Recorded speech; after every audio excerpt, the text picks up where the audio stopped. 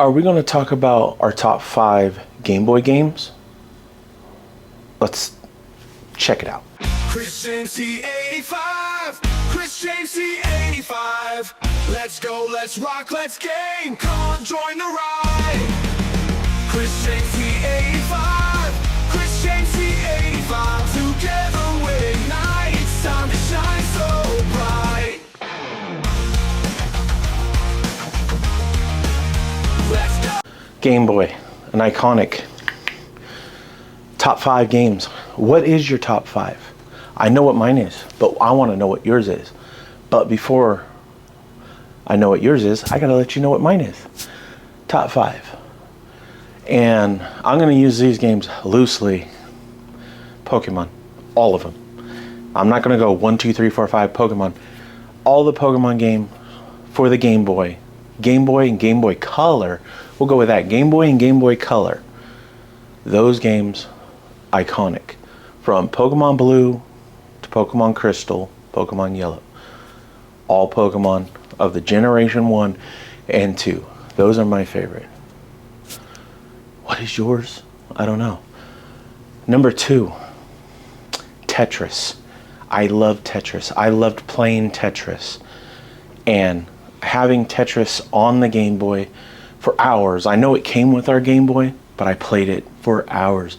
Da, da, da, da, da, da, da, da. You know, you got that song stuck in your head. But Tetris is one of those staple games. If you haven't played it, are you really a gamer? No? Okay. Well, number 3, Super Mario Land 2. This is the only Mario game ever that I've actually beaten. I take that back. I beat Mario Odyssey. But on the Game Boy, Super Mario 2. I remember playing it and then got to play it again where it kept getting harder and harder. Iconic. I just loved it. Well, now it's time for number 3. And that is it had an alligator on it and I can't remember the dang name, but it's going to be up here. It was like an alligator pinball game. I absolutely love that game. I played that thing just as much as anything else. You know, it was iconic. It was, who can't go wrong with pinball and, you know, stuff like that. So we're gonna go on to number 4, and that is Zelda's Link's Awakening, which I never beat on the Game Boy. I beat it on the Switch. But Link's Awakening at the time, it was so hard. There was no internet back then. I didn't know what I was doing. I couldn't figure it out. But either way, I kept pushing through and I remember getting farther and farther. Then I would just get lost and lost until I just stopped. You know, it is what it is. But Link's Awakening on the Game Boy. And now we're going to go to number 5, which is Track and Field for the Game Boy.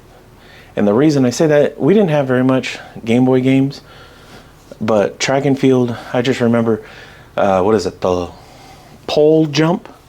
I love being in that mode. You know, it made me, you know, dude that's big, made me feel like, oh, I can run. Although I wasn't that big when I was a kid. I just got bigger later on in life, but it don't matter. Track and Field was a great game. So, you know, what is your top 5? That is 5. But we're going to go with another bonus. And that was a Star Trek game that my dad had. And it reminded me of like asteroids. And I wish we had asteroids because that would actually be like top number 1. But either way, the Star Trek game, you know, I wasn't really much into Star Trek, but I enjoyed that game. I enjoyed the music that was in that game. But, you know, it's going to be up here or behind me. However, I have this. Either way, it was another iconic game. I know there's more Game Boy games. I know there's more that I played, but as a kid, those were my top. And those are ones that I still rebuy to this day.